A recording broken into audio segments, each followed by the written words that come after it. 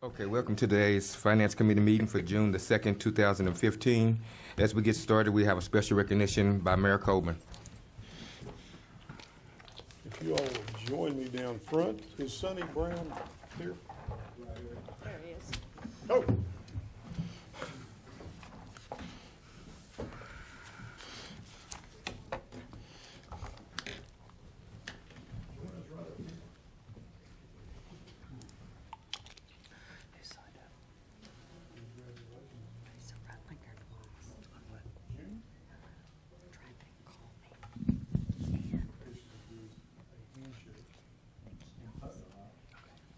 The employee of the month this month for the month of June is Clyde Sonny Brown, and I'll give you some background information on him. Clyde Sonny Brown began work for the City of Muskogee in solid waste in 1997. Sonny was promoted in 2012 from commercial driver to solid waste supervisor and now oversees all solid waste employees. Sonny was nominated for demonstrating proficiency in all his assigned job duties. Mr. Brown is a very dependable employee. He goes above and beyond his normal job expectations. Mr. Brown has also received positive peer comments along with positive external customer comments. He is a person of integrity and an excellent employee. And congratulations, Sonny. I'd like to say something. I want to thank everyone here. All right. We're going to all That shake wasn't your 2 hand. minutes. Let me hold this and you can go around and shake everybody's hand.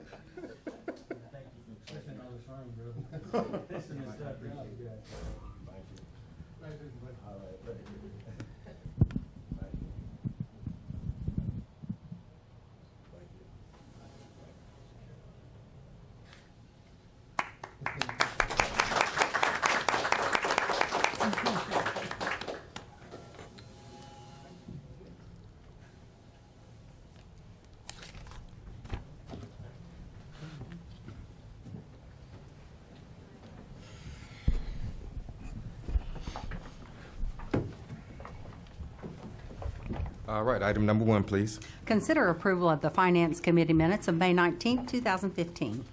Do we have any corrections or additions? If not, we'll entertain a motion. Move for approval. Second. Moved in second. Any further discussion? Roll call, please. Deputy Mayor James Gully. Yes. Janie Boydston. Yes. Marlon Coleman. Yes. Wayne Johnson. Yes. Leanne Langston. Yes. Ivory Van. Yes. Derek Reed. Yes. Mayor Coburn. Item passes. Item number 2, please. Consider approval of claims from May 13, 2015 to May 26, 2015 for all departments. Do we have a report from the Purchasing Committee? Yes, sir. The Purchasing Committee met earlier today and reviewed the report of claims, and I move for approval. Second. Motion and a second. Any further discussion? Roll call, please. Deputy Mayor James Gully. Yes. Janie Boydston. Yes. Marlon Coleman. Yes. Wayne Johnson. Yes. Leanne Langston. Yes. Ivory Van. Yes. Derek Reed. Yes. Mayor Coburn. Yes. All right. Item number 2 passes. Item number 3, please. Consider approval of the option to renew the contract between the City of Muskogee and the Office of Juvenile Affairs, providing funding for the Community Intervention Center for Juveniles and the professional services agreement with Muskogee County Sheriff's Office, assigning the operation of the same. Mr. Tucker? Mr. Chairman, members of the committee, this is a renewal of our agreement with the Office of Juvenile Affairs and the sub-agreement with the Sheriff's Department. For many years now, we have, through the efforts of those 3 entities, operated a community intervention center. What this allows our officers to do is to, upon finding a juvenile delinquent, to be able to drop them off at CIC under the care of that agency until a parent can be contacted to retrieve their child. Prior to having CIC, the police officer had to stay with the juvenile until a parent could be located. Sometimes that was 15, 20 minutes, sometimes it was several hours. So the CIC program allows our officers to get back to the street much more quickly. And we have been very happy with those services. OJA provides approximately $250,000 in funding for this. The city has historically matched that with a payment of up to $70,000.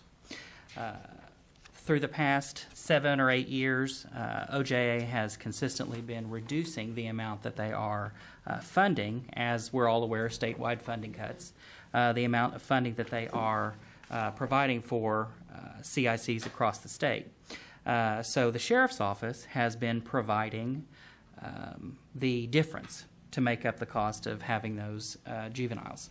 So what we're proposing today is, of course, a renewal of the agreement with OJA, a renewal of the assignment to the Sheriff's Office for continued operation.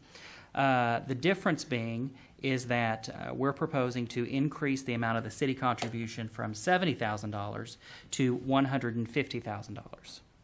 Now, the money that has been paid to the $70,000 has come from the juvenile fines. There is another pot of money that is the juvenile alcohol fines. Now, those monies can only be used for certain expenditures that relate to the reduction of availability or other issues related to juvenile access to alcohol.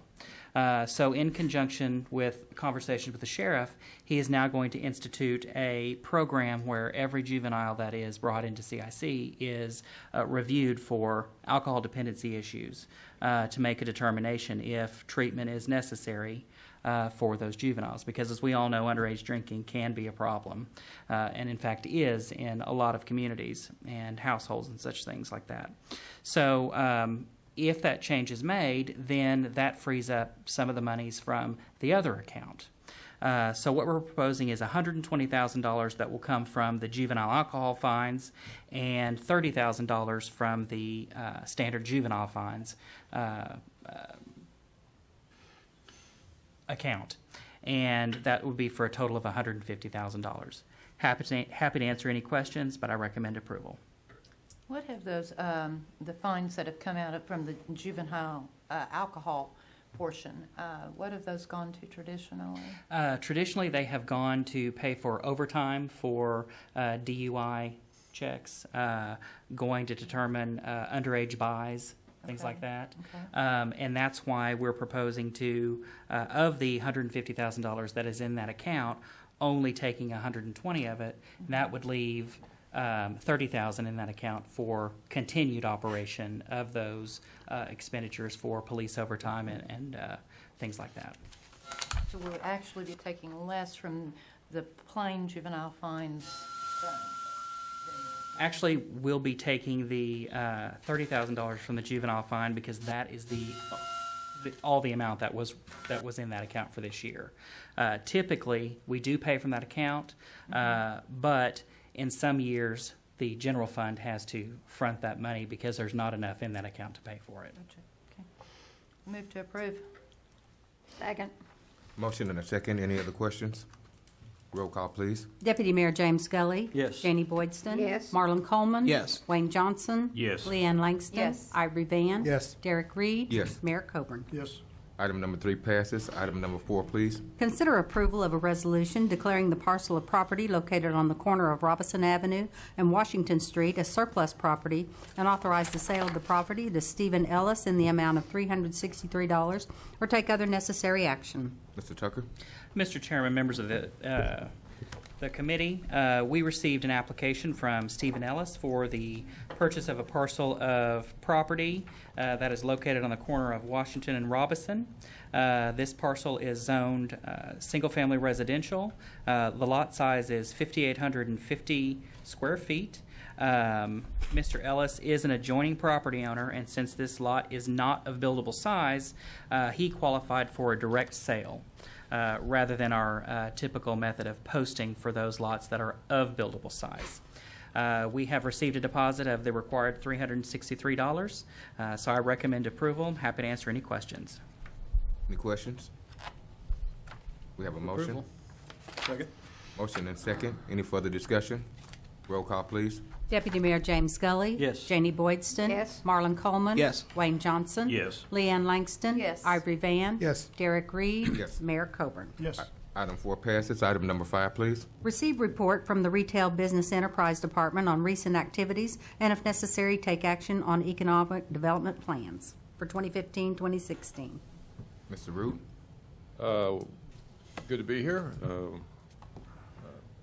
Being able to address you folks now would be, I've been here 26 days, I guess. So it's good to be able to stand here and speak to all of you and give you some idea about what we've been doing and what we've been seeing and how, maybe give you some reactions to things. What I originally started out to do when I first came was, wow, I've got all these people up here, I've got all these people out here, I got directors, I got outside committees, and I mean, there was like 1 million people to meet with. So I spent a lot of time trying to do that, get to know folks, get to understand how the city works, get to know the directors. So there's been a lot of that going on. I'm in the process of trying to meet with each member up here and spend some time, as much time as you have, to sit and talk about economic development and the things that concern you. What's number 1 and 2 and 3 on your list. I know what's on my list, but I need to see what everybody is thinking about and their ideas. So I've started through that process.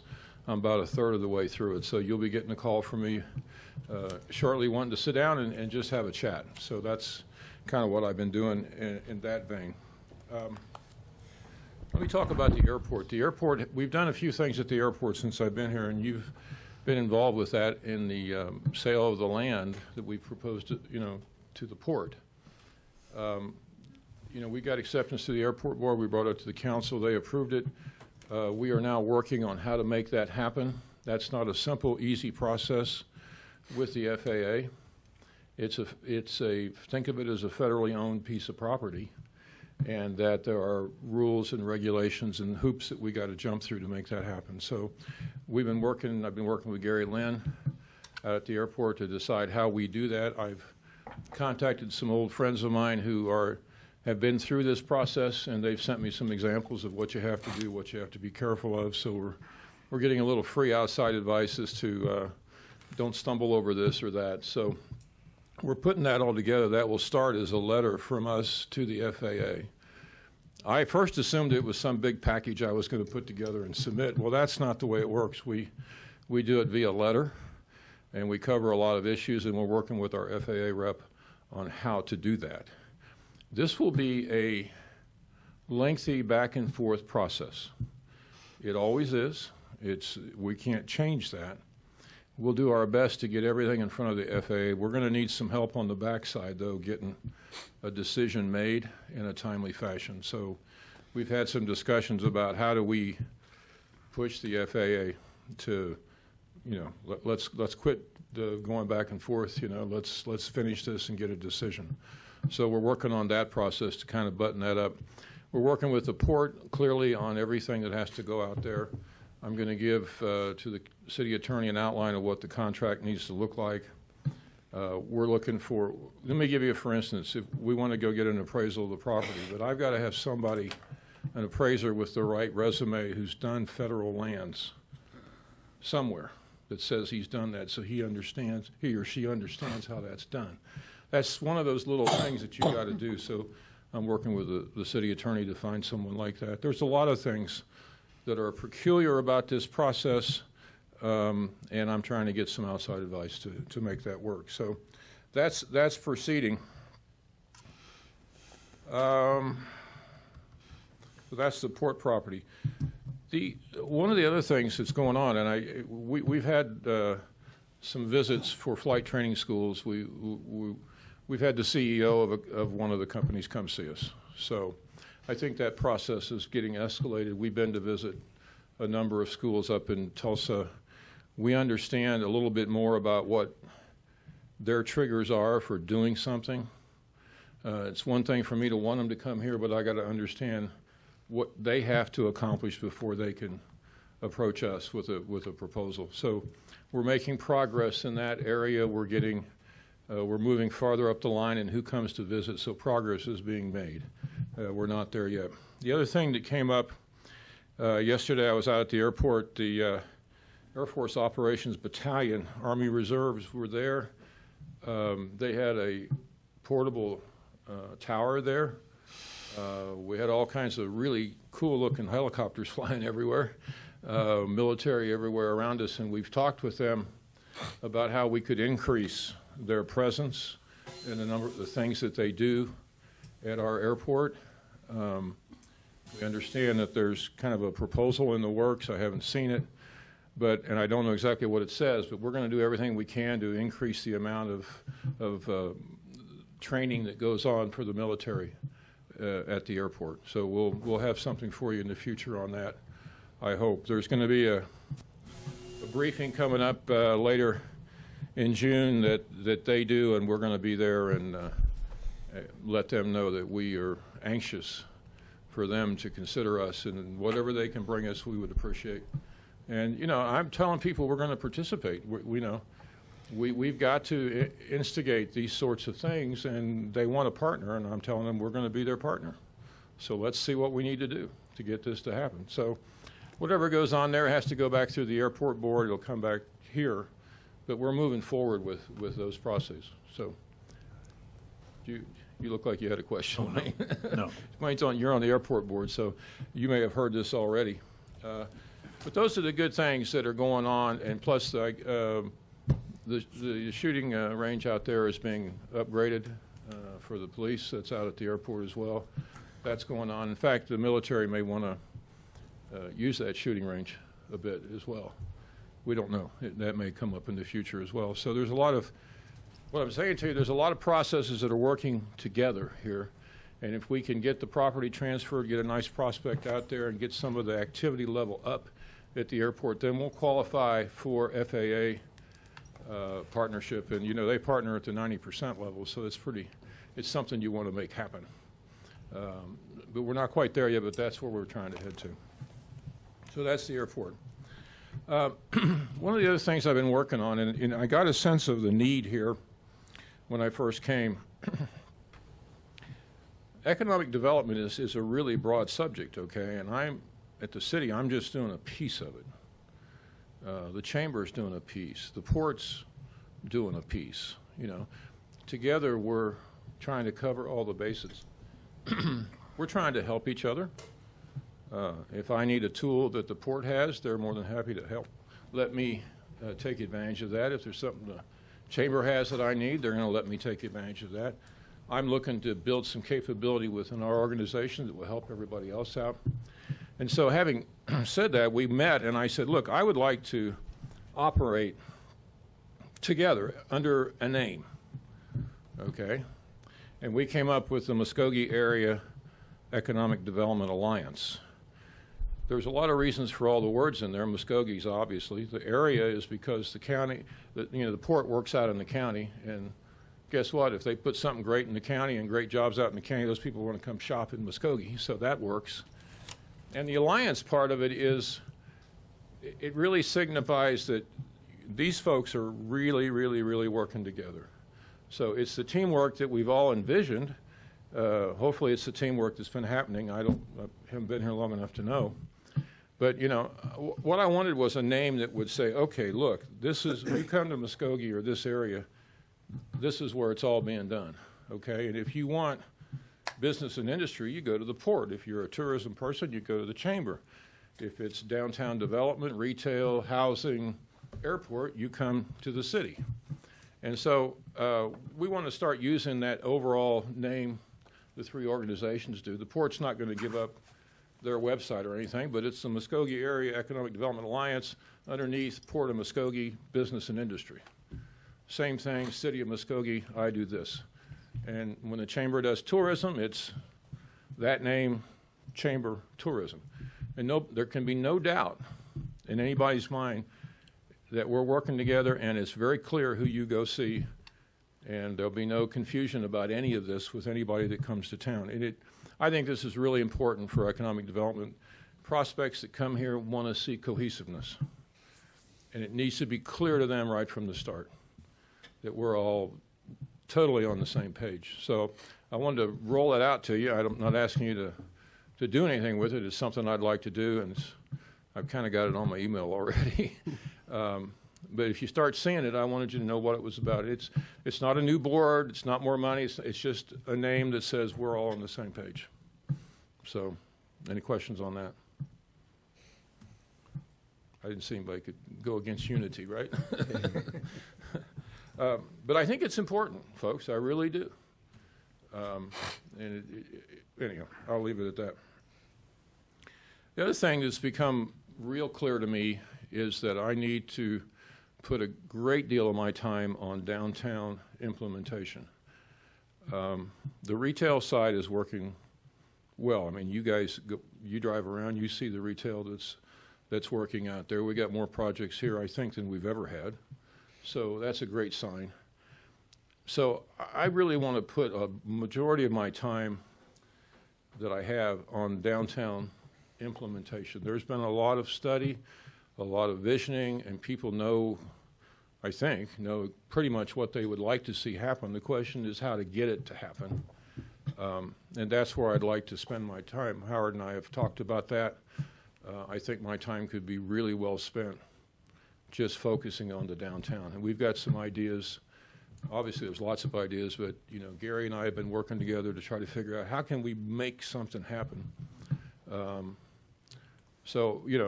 We've been talking about personnel and things like that, and I'm not prepared to talk about that, but we need people that can make things happen, get things implemented downtown and get started. So take the plans we have, but let's move forward. In my office, I want to develop the ability to finance capability, and what I'm saying there is that there's a great deal of finance possibilities, programs. I'm not talking about grants. I'm talking about how to finance things, how to finance projects. There's a lot of programs out there, and I want to have that capability within the office to have those. We know what those programs are. We're ready to go. We know how to implement, and we can start taking care of those kind of things.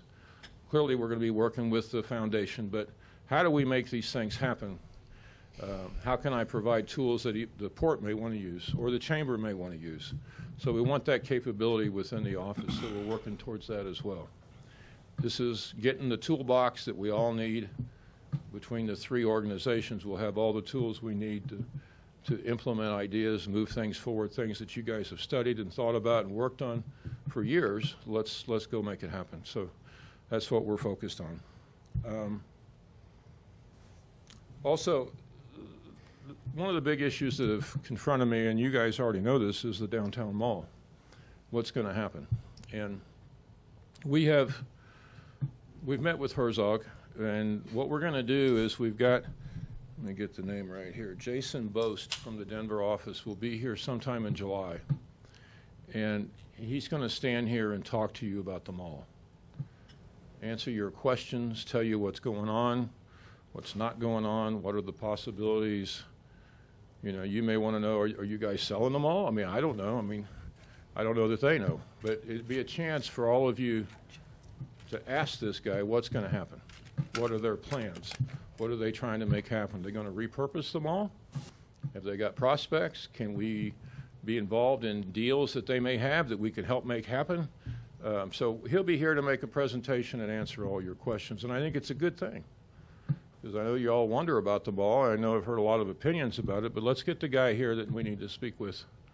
This is not the local guy. This is the guy from the home office. Let's have him up here and speak to you. And so we'll get some ideas about where the mall, where they think it's heading and what they think we should be doing. So the mall, downtown, airport, the Alliance. Have I forgot anything? And housing, Don. Housing, yeah. Oh, housing, yeah. In fact, we just came from a meeting. It's so fresh in my mind, I forgot. We just met with a guy that would like to build on the infill lots. He's a real builder. He's a real developer. He has a real product. It's market rate housing, but not so far that people can't buy it. Not maybe 120, 150, somewhere in there. He'd like to take advantage of our incentive program. But, people are starting to show an interest, and they want to get it done. So we've talked about how do we aggregate some property that we can work with a developer to get new market rate housing built, especially in the infill areas. How do we make that happen? We got some folks interested. So, we're going to try to put some kind of deal together on that. And it'll take a bunch of people to make that happen. But, it's like anything else. We need to start. Right? We need 10 new houses coming up out of those infill lots that are affordable, people can buy and live in and take care of. once that starts, guess what? The word gets around. You can get it done in Muskogee. You can sell a house. You can make some money. Then we'll have more people come. But, it's all about getting started. I think that's it. Questions? I'll talk to you. The next item is Global Spectrum. I'll talk to you about that when that comes up. Any additional questions for Mr. Root? And I don't believe we need a vote on this one. All right. Item number 6, please. Discuss status of the contract negotiations with Global Spectrum and take any necessary action, including providing direction to staff. Mr. Root? I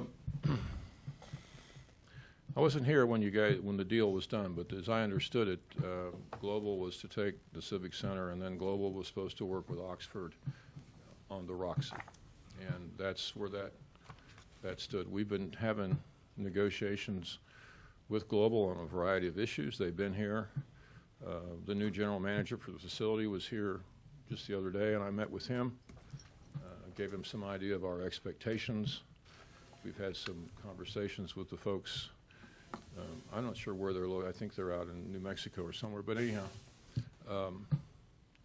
we talked about what are we going to do with the Roxy, because what happened is Oxford, an offer was made to Oxford, and they just said, no. And then nothing came back. So I went back to Global and I said, look, tell Oxford that we got to have a decision now. July 1's coming. What do they want to do? They can't just say no. They got to propose something. Okay, and so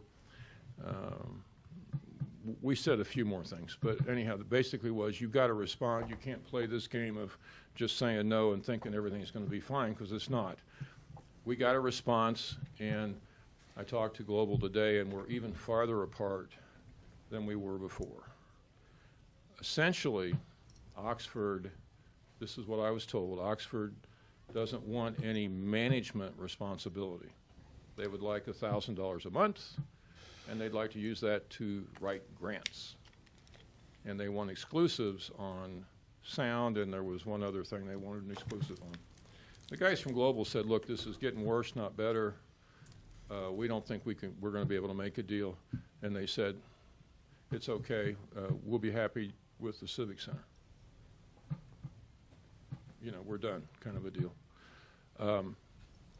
Or you can give us both things. That was, what do you want to do? And so that's where we are, and they proposed, well, let's do the Civic Center, let Oxford do the Roxy for a year, see how they're doing. If they're doing fine, that's great. If they're not, and you want to come back to us and give us the Roxy, that would be fine too, which I think is probably the best thing. I really think the Oxford should have a chance. I'm partial to entrepreneurs. They need to be given a chance to prove themselves. If nothing else, they'll learn a whole lot from the experience. So I think that was what I would recommend. Let's give them at least a year with the Roxy and say, look, folks, you got to run a business over here. Let's see positive cash flow by the end of year 1. We'll give you a year, and we'll give them some targets that they got to meet. If they meet them, great. We'll keep going, and we'll make it bigger and better, or we'll back up and go back with Global, or whatever the council would want to do at that time. So it sounds like we're at a crossroad, guys, where we thought that we could have Oxford and Global Spectrum enter into some sort of agreement so that we could go ahead and finalize our contract with Global Spectrum. And it looks like we've had some last-minute things. I have seen some correspondence from Oxford to Global Spectrum on 2 different occasions. I thought they were closer, actually, to make an agreement, but it sounds like they're further apart now. They got further apart after the last correspondence. Okay, and so we have 2 things that we probably need to look at. Either we separate the 2. We have Global Spectrum; they do the Civic Center, and then have Oxford do Roxy, or we can have Global Spectrum do both. But at our last action, city council action we had on this matter, we conditioned all of it based on the outcome of the agreement with Oxford. I know that a few of us, we would like to see Oxford. I think there's a few of us that would like to see Global Spectrum. Either way, we can make that happen. And I would be looking for, of course, staff's recommendation has not changed. When the committee met, they recommended Global Spectrum on both items. But of course, this is a city commission decision where if we want to separate them, we can do that. And the staff will be duty bound to manage both parties respectively. So we're here at this point. I move that we accept Global Spectrum for the Civic Center, and that we allow Oxford Productions to take the Roxy and do similar to what Mr. Root said just then, that we give them a year and see how that goes, and we can change our decision later if necessary. Second. How do we develop what the expectations would be? Well, I was going to ask about that. Were expectations outlined separately for the Roxy and the Civic Center in the original RFP? And if so, what were they? Well, I don't remember the details of the RFP, but I do know when we chose Global Spectrum based on their qualifications, their experience. We have not negotiated their contract. In the contract, we'll have goals and expectations outlined with them. As a matter of fact, we have a draft right now the staff has been working on. As far as a contract with Oxford, what that would look like would depend on what we were able to negotiate with Oxford. We have not negotiated a contract with Oxford. We've been negotiating a contract with Global Spectrum, and so we'd have to put goals and objectives on what we'd like to see. I do know that the staff, we are wanting to, any contract that we engage in, it's a business contract where we have a business relationship with that vendor or that business. So if it's Global Spectrum or Oxford. So if we go with Oxford, we'll sit down, we'll negotiate with them, we'll put together a contract, but it will be business guys. And the same with Global Spectrum. I don't know if that answered your question, Counselor, but Not really. yeah, I mean, but we would put goals and objectives as we negotiate the contract. Maybe I can give Yeah, you. maybe, yeah. Leanne, look, we're going to provide a facility for this young man to operate. That's a great thing for him. But he's now going to have to figure out, well, how am I going to maintain this facility? What deal am I going to put together for that? Am I going to provide the maintenance, or is the city, how will I do that? I've got to arrange for some sort of cash to do the business. I mean, there's going to be, there's going to be upfront this, that, and the other for whatever he does, and yeah, the money comes in later, but you got to have operating capital for your business. You have a lot of concerns. You have insurance concerns. You have all these things that those of you that have been in business understand. This is a small businessman now who's got to cover all these things. What I would like to do is to try to help him with that. I think the family is maybe well versed in how to do this, but I would like to support him in his efforts and figure out how can we get from here to there in a year. There's a lot that he's going to have to do. He's not going to get money to sit there and write grants. That's not a business. Okay, how are we going to run this business? Who's coming in? I mean, how do we do these things? I mean, the young man needs to have a business plan, if nothing else. I mean, surely we got to have a business plan. We got to have a financial pro forma. We got to have budgets. I understand how to do all these things. I'd like to try to help him make that happen. It may not, but I think if we work on it a year, we may get to the year and say, you know what, this thing is really coming around, let's go another year.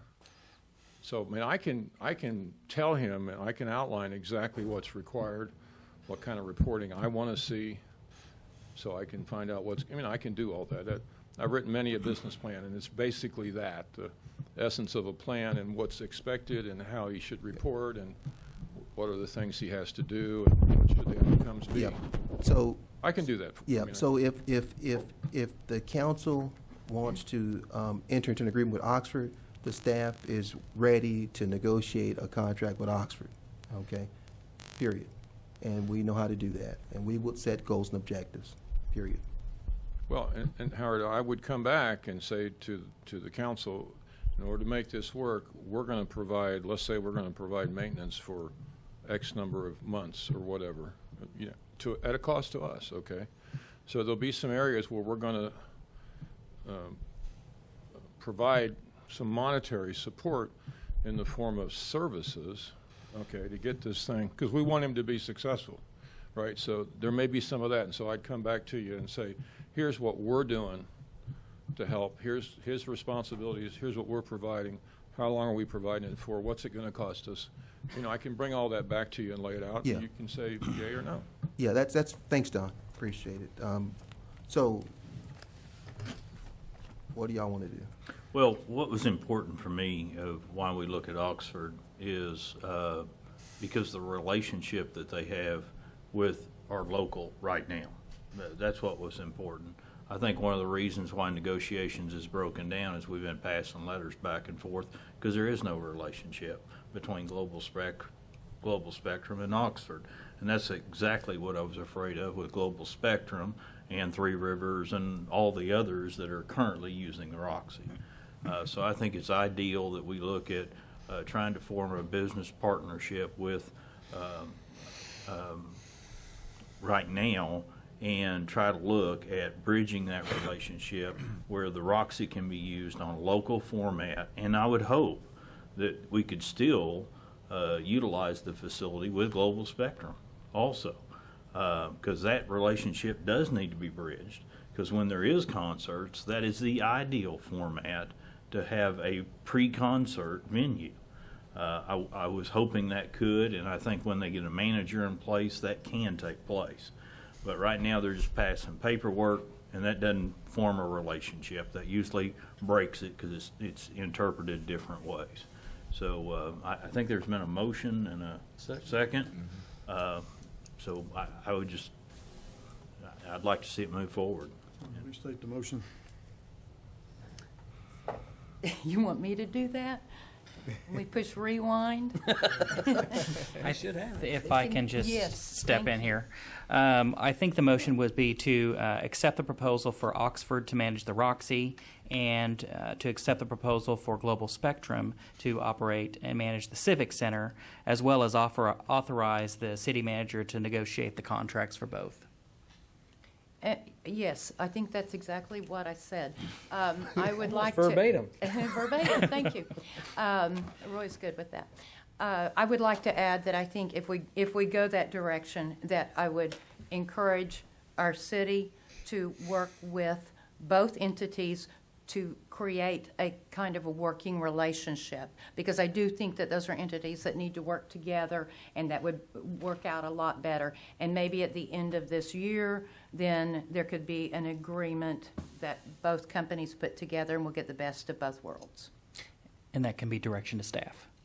Okay, I should have just said that. Are we going to be able to see what those goals and objectives are before the contract is signed? We can definitely bring back the contract if you like. Yes. But what we were, okay, so we can, if that's what you. The motion did not include Yes. authorizing the city manager to execute, so it would have Okay. to come back. Okay, Okay. great. Okay. Any additional questions? Roll call, please. Deputy Mayor James Gully. Yes. Janie Boydston. Yes. Marlon Coleman. Yes. Wayne Johnson. Yes. Leanne Langston. Yes. Ivory Van. Yes. Derek Reed. Yes. Mayor Coburn. No. All right, that item passes. That was the final item for the Finance Committee. And we'll now call to order the Public Works Committee meeting. Item number 1, Mayor. Consider approval of the Public Works Committee minutes of May 19th, 2015. Any additions or changes? Move for approval. Thank you. Second. Have a motion and a second. Any discussion? Roll call. Deputy Mayor James Gully. Yes. Janie Boydston. Yes. Marlon Coleman. Yes. Wayne Johnson. Yes. Leanne Langston. Yes. Ivory Van. Yes. Derek Reed. Yes. Mayor Coburn. Yes. And the motion carries. Item number 2. Discuss and review Council Policy 10-2, traffic calming and procedure, and if necessary, take appropriate action, including directing staff to study and present recommendations for modification. Mr. Coleman. Several meetings back, Ms. Melissa Martinez made a presentation to us about making certain that we did something as a council to react to the perceived need that we should have some type of caution children at play signs. And so we've been working with Mr. Tucker and some others to be certain that we came up with something to address the need that she presented. And here's a sample of what some of those signs look like and what a speed hump looks like. And we want to be certain that we're clear to people that, according to Mr. Stewart, who I trust dearly with my life, Mike, there's a difference between a speed hump and a speed bump. And so we thought that the speed hump, should we decide to go this direction, would be easier to deal with, simply because it gives the impact of what we need in terms of having safer streets for kids without impacting vehicles in a way that is destructive. Yeah. So here's what we're asking for on the last slide. One, that we allow for children at play signs or similar signage to be used, and that if an area can justify the need for speed humps in accordance with the existing policy, that they should be eligible for some sort of children at play or similar signage. Basically, find a way to connect the two together so that they wouldn't be two separate entities. So if a neighborhood can justify the need for a speed hump, more than likely it's because of a children-related or speeding-related issue with that community. And we'd like to see them tied together, not work together separately. And the last thing is that if we go down this path, the way it's written now, the residents have to incur 100% of that cost. And I'm asking that we consider that the city incur that cost if they have to do speed humps with no cost to the residents. And so that will require, Mr. Tucker, I think, for us to either formulate some type of review team to look at the policy so that we can be certain we present one that is cleaner, that includes these recommendations. Is that correct, Mr. Tucker? You could do that, or by directing staff, either way, committee or by staff. And I'm comfortable with staff presenting something that includes these recommendations, if my colleagues will support it. I have a question, Marlon. When we did the speed humps 5, 6, 7, 8 years ago, we kind of went through all of this, and the way the neighborhood got a speed hump was, is it 75% of the households had requested? Is that going to be included in this? I mean, because if we're just going to say that we're going to, what's the parameters for getting? I think one of the things that we need to talk about is what's the parameter for a neighborhood saying they want a speed hump. Councilor Gully, I wouldn't steer too far away from that existing language, because I do think that a neighborhood should have to have a substantial number of residents in support of it based on the need. For example, we were discussing it earlier. I wouldn't want to have, let's say, 20 houses in the neighborhood and one family who may be renting their property just have the right to say, okay, we're going to put speed bumps in the neighborhood, especially if it may be a transient community. So I think that 75% number is probably fair to stay with at this time. Okay. And so when we put the speed hump in, do we put, is this what we're going to talk about, is having the children at play signs at the same locations, or is that a separate issue? I'd like to not see it separate. I'd like to see something that they work in concert together, so that we wouldn't have to have separate discussions each time something like that came up. So if they get the speed bump, then they would automatically get the... I don't know if it would be automatically. I think it would give them a path to request it. Okay. I wouldn't necessarily say that it should be automatic. I think that the path for them to request the signage connected to the need for a speed hump should be correlated, not necessarily automatic. Staff would have to make a recommendation on how that might work, because the speed hump may provide justification where you don't need the sign, or it may be a high traffic area where the sign may require it to be connected with the request for the speed hump. Well, my concern is we're going to increase the number of requests when you basically, or you just have to walk through the process and you're going to do it for free. And I'm not saying it's a bad thing. Right. I'm just saying we need to recognize there's going to be a cost associated with it, because you're going to get a whole lot of requests we over the years have turned down many requests for the children at play signs. But I think if we more or less amend this, aren't we going to end up doing a whole lot more analysis on areas? I really like Sign. the idea of having not just staff, but maybe 1 or 2 council members to work with us on this, to help develop this, because the children at play signs, of course, staff is going to do however council directs, but we want to make sure that you understand some of this stuff is not, I don't want to say allowable, but the Manual on Uniform Traffic Not Control recommended. Process, which is the federal guidelines, recommend against some of these things, and we want to make sure that everybody understands what we're doing. And again, we'll do whatever we're directed. But when we wrote this traffic calming policy in 2008, it followed a very intense argument with the citizens and the council and the community over lowering the speed limits from 35 to 25. And what really amazed me back then was that we had a split decision in this community over whether even to lower the speed limit. And then when we got to looking at what to do, we really encouraged speed humps. That's what this policy does, and if you'll see, that's what we actually recommend. But we also recognize the fact that there's as many people that don't want these humps in the community as they do that want them. And that's why we went to such a length in putting it together, so that there was a criteria on how to put the hump in, how to get it placed, and then also the criteria on how to get it removed. And we got it taken up. The minute we passed this policy, we actually went and put one out on Valhalla in Grandview 7. And I'm surprised, to be honest with you, that we haven't put in more since. One of the things that I think has happened, that every time somebody comes in and gets a copy of the policy and we go through it, I think the actual dollar figure kills the project. That's what I think. It says in here that you'll pay a minimum of $500 for the placement. And I figured that out today, and asphalt costs, and that's real costs. It costs just about $500 for material only. And it also states in the policy that's all we'll charge is for the material. But I think if we would waive that, we could encourage more humps to go in town. I like the idea of not changing the 75%, but I was also reviewing it today, and there's some criteria on speed. There's some criteria on accidents and things that probably ought to be updated. So I think the policy itself ought to be looked at and reviewed and tried to make more user-friendly for the community. Right.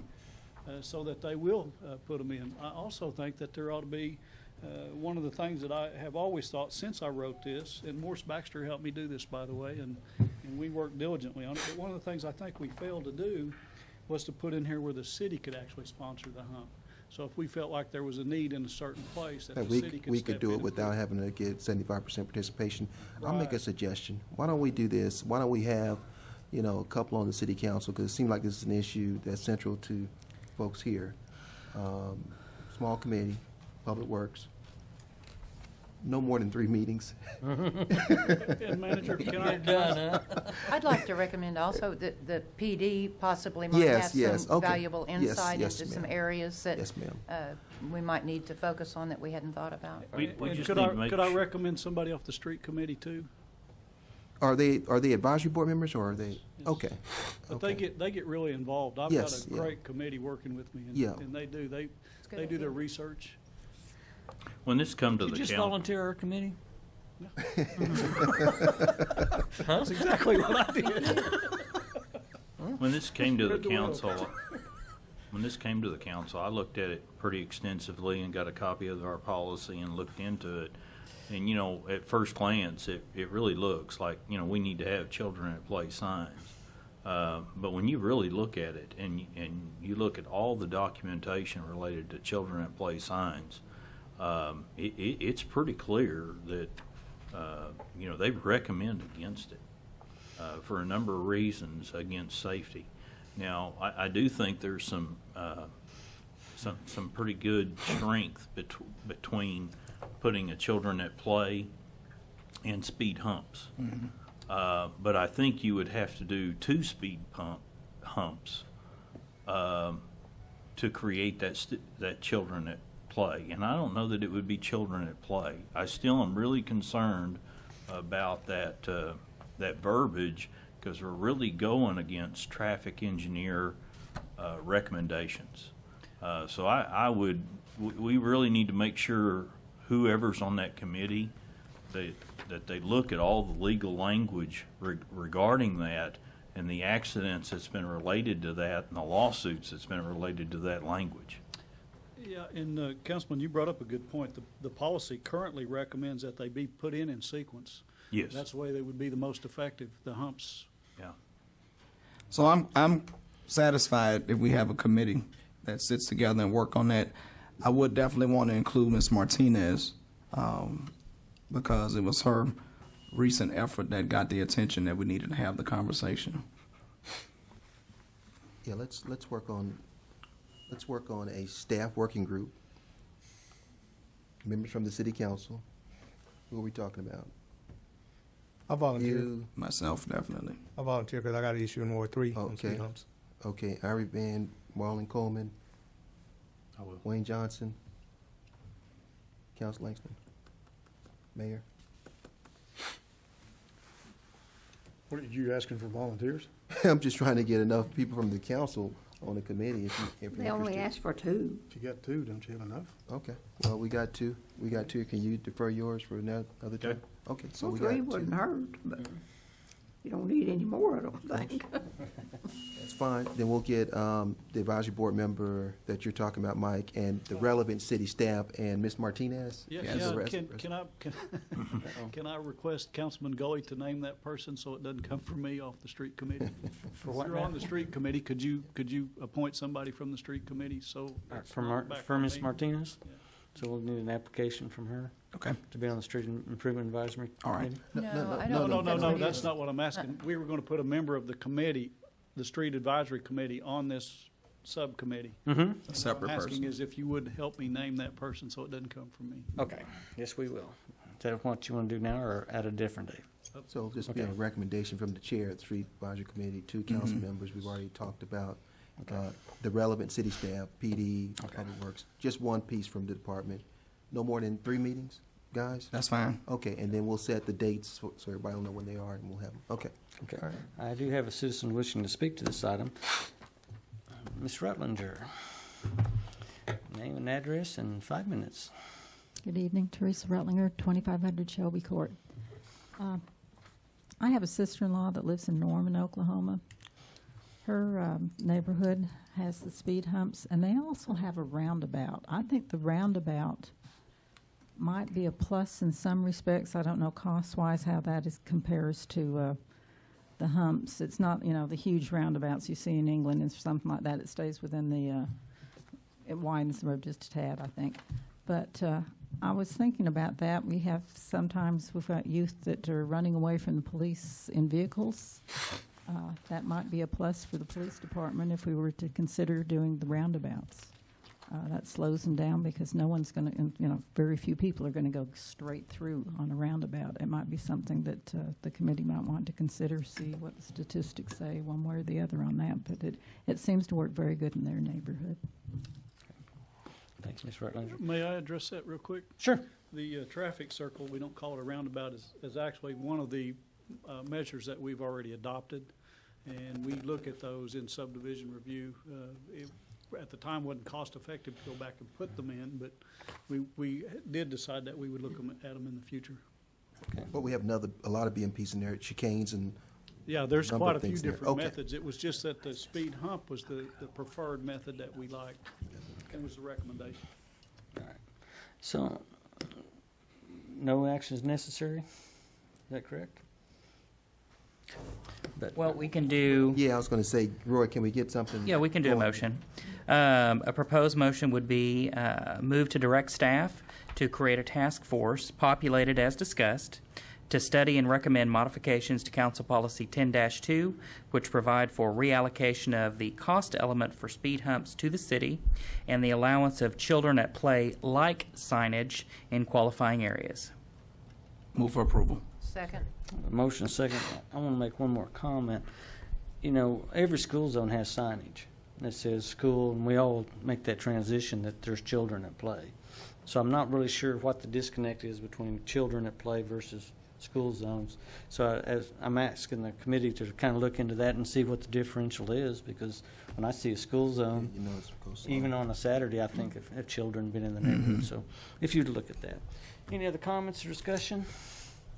Roll call. Deputy Mayor James Scully. Yes. Janie Boydston. Yes. Marlon Coleman. Yes. Wayne Johnson. Yes. Leanne Langston. Yes. Ivory Van. Yes. Derek Reed. Yes. Mayor Coburn. Yes. And the motion carries. Item number 3, Pam. Consider approval of an amended affirmative action plan of the City of Muskogee, Oklahoma for fiscal year 2015-2016, Council Policy 3-1-1, or take other necessary action. Ms. Epperson. Good afternoon, Deputy Mayor, members of the committee. This is a revision of the last couple of years. I've come before you and asked for an update to our affirmative action plan. This policy updates one committee member. We have replaced John Tolles from the police department and have now named Roger Martinez for this committee. Our numbers have statistically stayed the same. There's been no drastic changes over the last year in any sort of negative way. They have just maintained. I'm happy to answer any questions, and I would recommend approval. So the approval is just to change committee members? It's just to update the policy. Update The it. only thing that is changed is the committee members in the front, and then the committee members, and a couple of numbers have changed in the inside. However, nothing significant to bring to your attention. We had in cases where you had to use affirmative action. We use affirmative action every day, equal opportunity within the city for hiring, recruiting, pay increases, every day. But nothing in regards to using it for this, the purpose of this being put together as a affirmative action review committee to have to review any type of employment complaint, nothing like that. Yeah, that's what I was getting at. Yep. Move for approval. Second. I have a motion and a second. Any other questions or discussion? Roll call. Deputy Mayor James Scully. Yes. Janie Boydston. Yes. Marlon Coleman. Yes. Wayne Johnson. Yes. Leanne Langston. Yes. Ivory Van. Yes. Derek Reed. Yes. Mayor Coburn. Yes. Thank you. And the motion carries. Thank you, Kelly. Item number 4. Consider approval of a renewal non-exclusive agreement/permit with Seabridge Acquisition, LP, doing business as Suddenlink Communications for the operation of a cable system within the city limits of Muskogee for a 5-year period expiring in 2020. Mr. Brown. Yes, thank you, Mr. Chair and members of the committee. Suddenlink is the name of our cable service provider here in Muskogee. Their current 5-year agreement is expiring on July 31st, if I'm not mistaken. 10th. Sorry, July 10th? Yes. Yeah, July Not my 10th. so.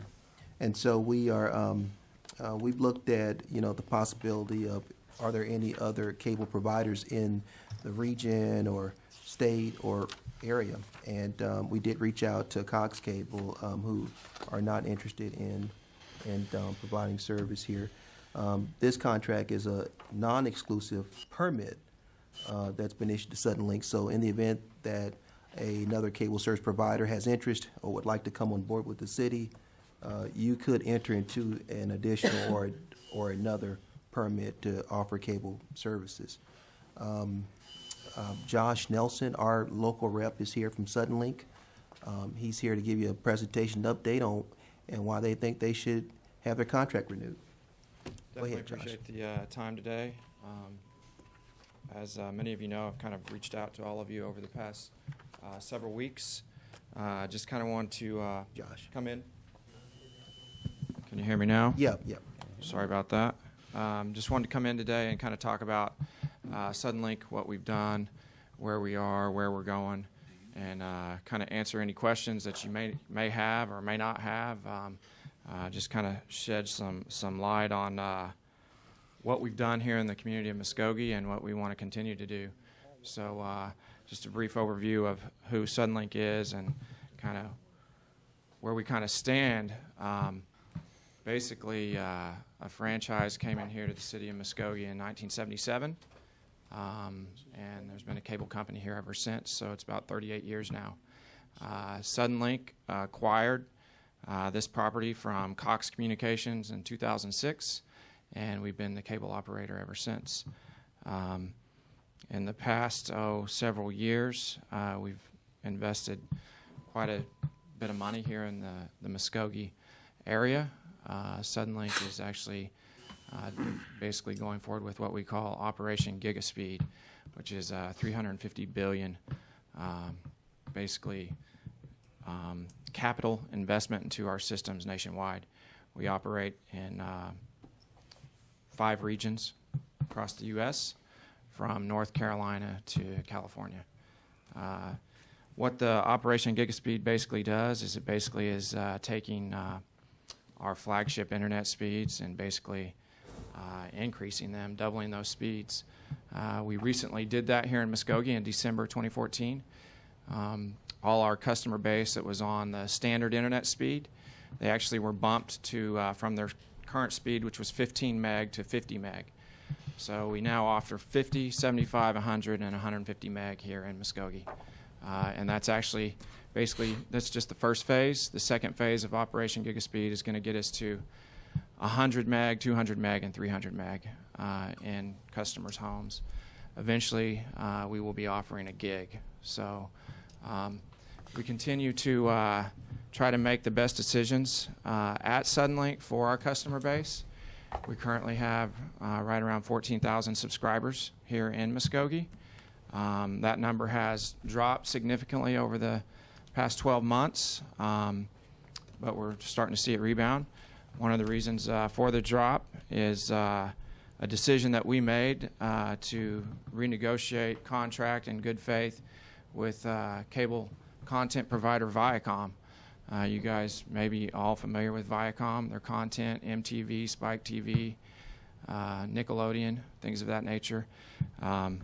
We did not renew that contract with Viacom. What basically was happening is Viacom wanted about a 50% increase on their rate, and their viewership had dropped significantly across our footprint over the past, several years. So our executives decided that,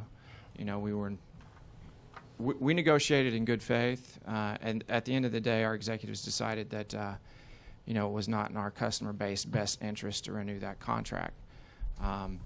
So we did not renew that contract. We did replace that contract with other cable content. The decision that was made at our corporate office to not renew that contract has hurt us a little bit here in the Muskogee market. I will not lie to you. I'll be straight up with you. In the past year, we've probably lost roughly 12,000 cable subscribers. Not 12,000, 1,200 cable subscribers that basically have left our services and gone elsewhere. So, but here in Muskogee, AT&T is a provider. So, people, the citizens of Muskogee can go to AT&T and get that content if they want. It's also, provided out there as what we call an over-the-top provider, Apple TV, Hulu Plus, Roku, those things like that. That content is available out there online. Yeah. We have done a lot in the community, with the community. Last year, we rolled out the Connect Compete in the Muskogee Public School District here, which basically allowed underprivileged children in the school district here in Muskogee to get a $10 cable modem with us. So we actually are going to renew that program, and we're going to roll that out again this fall to the Muskogee School District. So we've also, we employed hundreds of employees over the years. We currently have probably 30 to 35 employees that, live and pay taxes here in Muskogee that work for us. So that's kind of the nutshell. Suddenlink, who we are, where we're going. We're not going anywhere.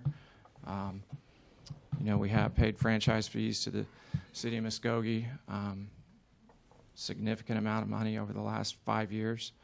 I think I've shared those numbers with Howard and Roy, so if you don't know what kind of numbers I'm talking about, you can talk with them, but it's been a very good thing for the city of Muskogee. So. And just to put this out there on the record, Josh was very upfront about coming to us when they were having the issues with Viacom several months ago, And I remember immediately putting out something for the city council about losing Nickelodeon and some other channels and stuff. So they've been a good partner for us. I think over the last 5 years, it's been about $2 million plus. 2.3. Yeah, a little bit over $2 million. So been a good partner. This is a non-exclusive permit. I had to look at Roy Tucker when I said that because I can't use the word franchise, but They require an election. because that requires election. But we can, if you decide to go with someone else, you can. So, but for now, they offer very good cable service. I actually have Suddenlink, and I use the 100 meg, and they have, I think they're #1 in this area for. Yeah, as far as no one can touch our speeds. Yes. When it comes to the internet speeds, we are the fastest, and we're going to continue to upgrade the speeds in the market. So, Is that because of lack of competition? no, AT&T's here in the market. AT&T is doing their UVerse, and I think you can get 45 meg over AT&T's UVerse. So, I wouldn't say it's because of lack of competition. So, AT&T don't do television, though. they do over UVerse. Yep. They do in certain certain Certain areas. Certain areas. Yeah. How's the school district rollout advertised? So last year, and Wayne can speak of this, but last year, we kind of turned it over to the school district when we did the Connect to Compete, and sadly to say, it wasn't rolled out as effective. We're going to try to roll out a little more effectively this year, getting the PTO, PTA involved, and kind of help facilitate that to the school districts. But basically what we did is we provided a flyer to each school that basically allowed the kids to know exactly, or the parents of the children know exactly where they needed to go to enroll to get the discounted cable modem. I asked that question because I can remember several parents that I had come into contact with who didn't know anything about it. Yeah, that is really and truly, that's, we kind of turned it over to the school district, and the school district might have dropped the ball a little bit or just said, let's put it in a Thursday folder or whatever. But there were flyers provided, that we, spent about $4,000 on printing up flyers for all the children in the school district. So, Because I just like to see something get to the hands of the parents that really need it the most. No, I totally agree. So we're going to try to work closely with the PTO, PTA this year and help them facilitate that. When what we had talked about is when the devices, parents have to come in. We're very fortunate in Muskogee Public Schools that there are devices. The parents have to go there and sign out the devices, and we want to make sure that when they do the sign-out procedures, that those are available at that time, because they need to get into the hands of the parents. I believe most of the flyers went into the hands of the students, and it didn't get home to the parents. So we need to make sure that it's part of the sign-in and sign-out procedures, that they get into the hands of the parents. So, but that still doesn't say that there's not other avenues that we need to make sure that this gets out to the parents, because during that time period, they may just be so focused on, I just need to sign for that laptop, I've got to go, I'm not going to worry about that flyer at this time. It still needs to go out multiple ways to our community, because there is a window of opportunity, and we need to make sure that information is out there. Because 80% of our population is free and reduced, and we need to make sure that information is well out to our community. Yeah, and that was my concern about it, just going to traditional routes of PTAs or parent groups, because It's not wide enough. yeah, a lot of times those are going to be the parents that are heavily engaged anyway. That's not going to capture the masses of people that are in this free or reduced lunch category. Correct. Yeah, so, we are going to do a better job working with the school as far as, getting the word out. We had little to no participation in the program this past year, which was very, kind of very disheartening. Yeah. To not have any participation in the program. So You all did your end of it, Josh. We dropped the ball on our end. That's what it basically amounts to. Every student that got the opportunity to take home a flyer, at your expense, you produced the flyers. We did not have a single person sign up for it. Oh, we had one, right? One. It actually was one. The last time you and I talked, it's changed. 4,000 flyers at about $3,500. Yep. Okay. Pretty poor connection on our end as a city. Well, I know I'd like to have a flyer directly because that way I can try to network with some of the churches who have more hands-on with the poor because they're dealing with the masses on a larger scale. And a lot of times if we have it, we can give it. If we don't have it, it just makes it a little more difficult to get it third hand. And so we'd like to be a good partner with that as well. Yeah, definitely. I can make sure that you get a PDF copy of it once we roll it out again in August. Great part about the plan, if you were an existing account, you would decrease the amount paid per month on the account for an existing account. So, I mean, you did your part. But now, this wouldn't be just available to Muskogee Public Schools. It'd also be available to Hilldale. It's just Muskogee Public Schools at this time. So we just rolled it out from Muskogee Public Schools. That's kind of what the focus was. Hilldale was never really in the conversation. The demographic was different. It was part of the conversation at one point, but the demographic, I think, was drastically different. I guess I should say Hilldale was never in my conversation with my corporate folks that helped me roll this out. I'd sure like it to be this upcoming year. I can definitely reach out to them. Okay. Yeah. The other thing that I've been concerned about, I've heard some that where Suddenlink, they may be out on the fringe of the coverage area, but yet Suddenlink has went across their property, and yet they've tried to connect, and they said it's $25,000 to connect to. Yeah, so let me kind of explain that situation and kind of how our network works. So I'll try not to get too technical on you guys, but so our network is fed from a fiber backbone, and then it basically we don't have fiber coming into everyone's home. It's a coax delivery. So I think that's specific, and I'm looking into that specific customer. I had a conversation with her today to kind of see what's going on. But the way I understand it is the line that is going across her property, it's actually her business, is actually a fiber line. And so that fiber line is our backbone. The reason the cost is so high is because we have to basically convert that fiber over to coax to get it into their business. So, but we're looking at that as far as to see exactly what that cost is. I think, was that Paige? Yes. Yeah. Yeah, I talked to Paige this morning, so we're looking at it. We're going to see exactly what we can do or can't do.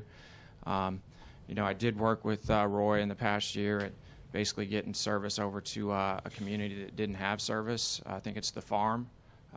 You know, we kind of with the farm. You know, they were in a pocket that was not serviceable, but we went ahead and we made the farm serviceable. So sometimes it's hard for us to cost justify our business model, to cost justify, $25,000 for one customer. And so we do look at it on a case-by-case basis. In that situation, I'm going to work with Paige and see what we can do. So, what does that mean? As far as work with Paige? Yeah.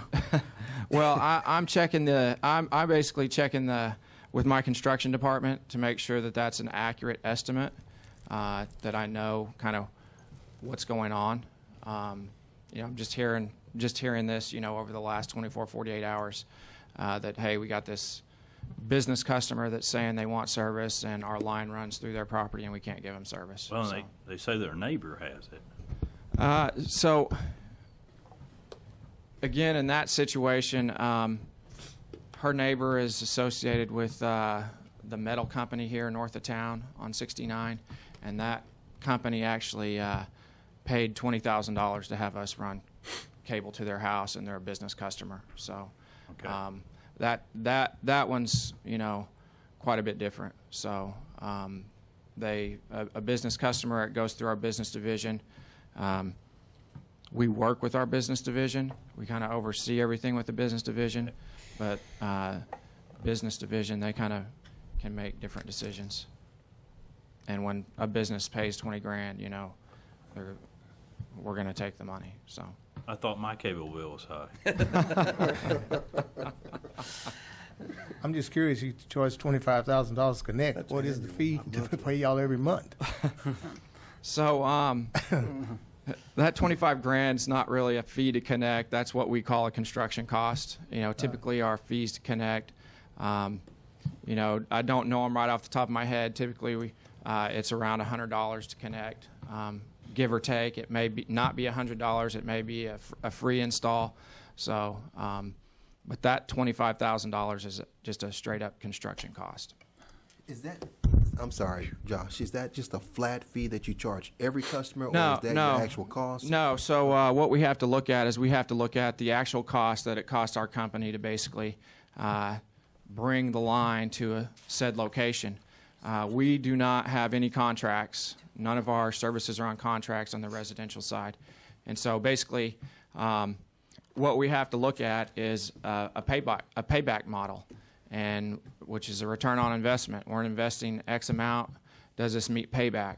And typically we look for a 3-year payback. If it doesn't meet our 3-year payback model, then we typically are not going to do it. The business side, it is a little bit different because we require businesses to sign service agreements or contracts.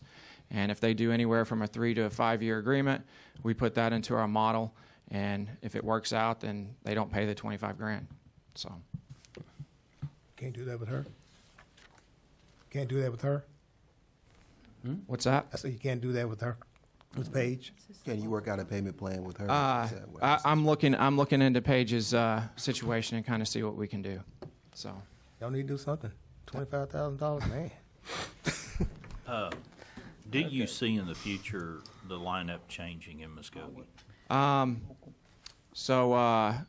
You know, this information may be public knowledge. It is public knowledge, so I will just go ahead and talk to the council about this. About 10 days ago, Suddenlink actually sold to a company called Altice. Altice is a international player in the cable market, cable and cellular market. They have about 40,000 subscribers right now, or not 40,000, 40 million subscribers in the different areas that they serve. They serve about 15 different regions. And so the sale of Suddenlink to Altice is probably going to happen the end of this year, first of next year. What does that mean for the franchise? What does that mean for the future? Basically, the renewal of the franchise agreement, everything would still be under Suddenlink's name. When the sale of the company happens, it would transfer over to Altice. So that all being said, yeah, I probably think that there is going to be some, some renegotiation of contracts, all kinds of contracts, once this happens, and so the channel lineup probably will change at some point in time. So. I have one question. On Section 8C, it says if a net permit fee underpayment is discovered as a result of an audit. Who does the audit? I'm interested in the city's money. No, but there's supposed to be an audit in here. I'm just wondering who winds up, how we know the franchise fees are correct, because it says there's an audit in here. Well, that section I'm not intimately familiar with, but definitely that's something that we have in most contracts that we have, that where we can conduct an audit when we feel there's an issue. We can do that. Does this contract require that we pay for it, or they pay for it? It just says as a result of an audit. I just was wondering how we're ensured that those monies are right. I mean, we've had some other issues with the hotel motel tax. Yeah. Who's auditing that? So as far as the franchise, how it comes out, how it's paid, it's handled regionally through our accounting department, and our franchise fees paid to you guys is on a quarterly basis.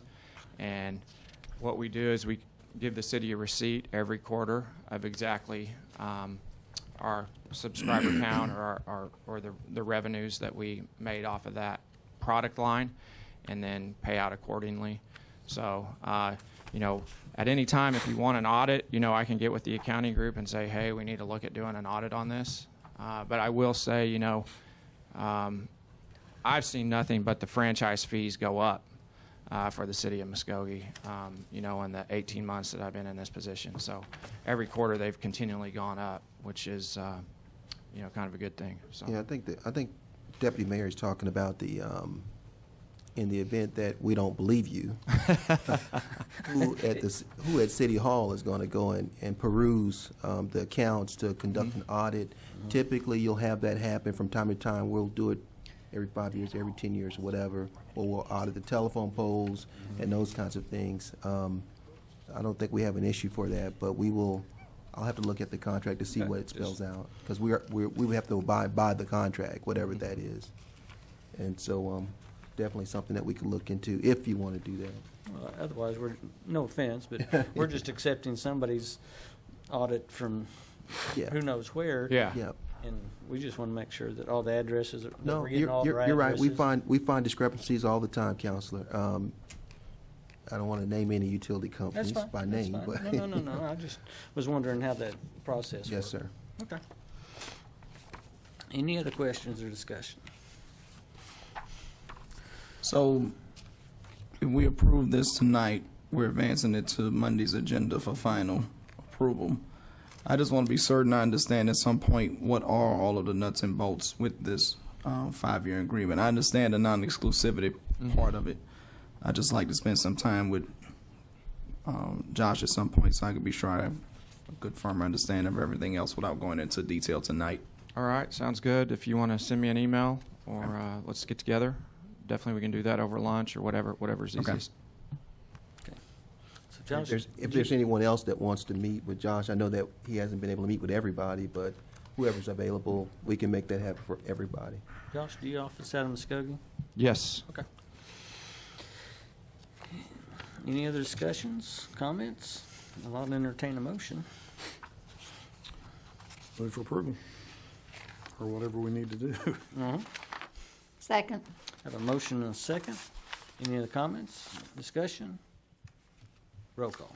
Deputy Mayor James Scully. Yes. Janie Boydston. Yes. Marlon Coleman. Yes. Wayne Johnson. Yes. Leanne Langston. Yes. Ivory Van. Yes. Derek Reed. Yes. Mayor Coburn. Yes. And the motion carries. Thanks, John. Thank you. Item number 5. Thank you, Josh. Consider approval of locations for installation of transit kiosks as proposed by Muskogee County Transit Authority, or take other necessary action. Let me see here. Mr. Stewart. Yes. I'm trying to make sure that Ms. Rutlinger is recognized on this one. I think I've forgotten her once before. I'm actually going to ask that this item be removed or stricken. Prague had been working with John Ford with the Transit Authority, and they had recommended these 3 locations, 6th and Market, Shawnee and Country Club, and 26th and Arline. After Prague's off on military duty, by the way, for the next 3 weeks. And I went out with John to verify the locations and to make sure I understood exactly where they were. And I did not know that these were just general locations and not actually concrete in their location. So I'm going to ask that this be removed until we can get with John and actually determine exactly where these are going to go, and then we'll bring them back. Okay. We need a motion for that. Take no action. Ms. Rutlinger, would you like to speak to this item, knowing that we're going to table this and bring it back? Okay. Thank you, Teresa. Let's see. Item number 6 then, Pam. Consider approval of final payment to Mass Architects Incorporated in the amount of $4,800 for the First Responders Training Facility, or take other necessary action. Mr. Stewart. Yes, this project is complete as far as the architectural services go, and as far as Mass Architects contract with us, all the obligations have been met. We have looked at it, did the final punch list, had it all finalized. Got stuck for a word. Had it all finalized, and we're recommending final payment. Mass has been a pleasure to work with, and we've got a good facility. Good. Move for approval. Second. Have a motion and a second. Any discussion? Roll call. Deputy Mayor James Scully. Yes. Janie Boydston. Yes. Marlon Coleman. Yes. Wayne Johnson. Yes. Leanne Langston. Yes. Ivory Van. Yes. Derek Reed. Yes. Mayor Coburn. Yes. And the motion carries. Item number 7. Receive report from Downtown Muskogee Incorporated and take any necessary action. Mr. Brown. Yes, Mr. Chair, members of the committee, I'd like for this item to be deferred until June 8th meeting. June 8th, so no action necessary. All right, I have 2 speakers wishing to speak to us. Get on my papers. Preston Rogers. I need your name and address, and you'll have 3 minutes. All right, thanks. My name is Preston Rogers. I live over at 310 North 17th Street, Muskogee, Oklahoma. And I'm just coming to... Is my time starting yet? Are we good? All right, I can keep going. Okay. Well, I notice the clock's not moving. It's moving now. Okay, all right. All right, so you get an extra All right, check, it's, so. thanks for listening to me today. I live over here on North 17th Street. My name is Preston Rogers once again. I taught Muskogee Public Schools for 7 years, and a third-generation Muskogean here, and so is my wife. And we decided to make 3 more Little Ruffers for you guys, and decided we would stop there. And we have come to the conclusion. I was outside on 17th Street, and I was teaching my oldest daughter, Maggie, how to ride her bike. And it's, it's not going real well, but that's really not your problem. But what I thought is every time a car would come, I would have to say, get on the grass, grass, grass. And so we taught her that. And every time we got over there, by the time we got inside, man, her shoes were really, really dirty. And so, kind of brought to my attention that over there on 17th, I'm right between Court and Denison. It's just really dirty. And I called down to the PublicWorks and talked to somebody, very nice person, and asked them to come by, bring a street sweeper or whatever it is you do to clean the streets, and so they would bring it by. And, got me thinking, well, Maggie and Penny, my second daughter, they go to school over at Sadler, and, they're going to be walking down Denison one day, and hopefully they'll be walking home from school, and, why not have those streets clean and save me from cleaning some shoes and make them feel like someone cares about the streets they walk on. So my proposal or suggestion is to take a look at the residency streets between, what I care about, which is Mulligan and Main Street, Court, Denison, all the other streets, and see if there's anything we can do to clean the curbs. Because one, I don't want to clean shoes very much, but mostly I took it from a reference as to what I say to Maggie and Penny. I want them to clean the room because I want them to show that they care about the room. And I would ask that the council use the same philosophy with the streets for them to get it cleaned up. At least on the curb. It may not be your problem. When I talked to somebody down there, they said that they would come by and clean. So I figure they're going to do my street. Why not do every street around it? Or at least the one my kids walk on, but every other kid too. Know a lot of the kids in that neighborhood from when I taught over at Cherokee for a little while, and they mean a lot to me too, and I want them to know that the city cares about them, and I fear this is one way to do it. So thank you for listening. Thank you, sir. Thank you. The next speaker is Catherine White. Mike, can you get with Mr. Rogers, get his telephone number and all that? Okay, thanks. That's why I need your name and address, and you'll have 3 minutes. I'm Catherine White. I live at 2703 South 26th Street. And Mr. Van is my legal representative. Really? All right. I'm glad to be here this afternoon and see all the various people I read about in the paper. And I'm grateful to be here in order to represent the Muskogee Patriot Town Hall organization. It's a citizen education group, and I gave every one of the council members a packet that contains my speech, because I learned it had to be 3 minutes, and if I read it to you, it would be 5.5. My husband timed it. Anyway, we meet the first Thursday of every month, and we deal with some very sensitive topics. And in the packet is the list of all the speakers and topics assigned or scheduled for every month. And we deal with topics that are very, very important to our community for safety and for welfare. And I just want you people to know that there are some of these issues that a lot of our citizens are unaware of.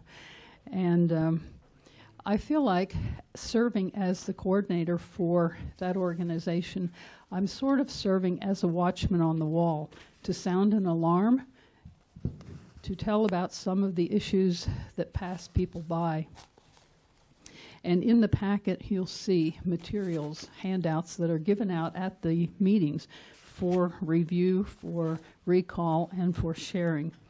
And I just would like to call to your attention the fact that our next speaker on Thursday will be Representative John Bennett from Sallisaw. He's an Oklahoma legislator, and he will be presenting the topic Islam, the history of Islam, and world domination ideology.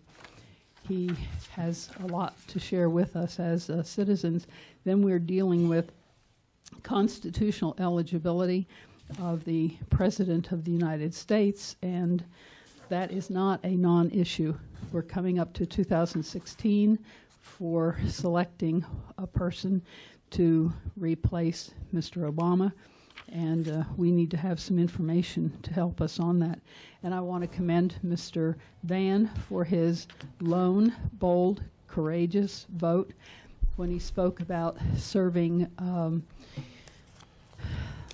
alcohol by the drink every Sunday. And I don't see that as an economic asset that our community needs or would benefit from. So I ask that the council members please read the materials in the packet and ask for more information if you need it. Thank you, Ms. White. See no other business, we are adjourned.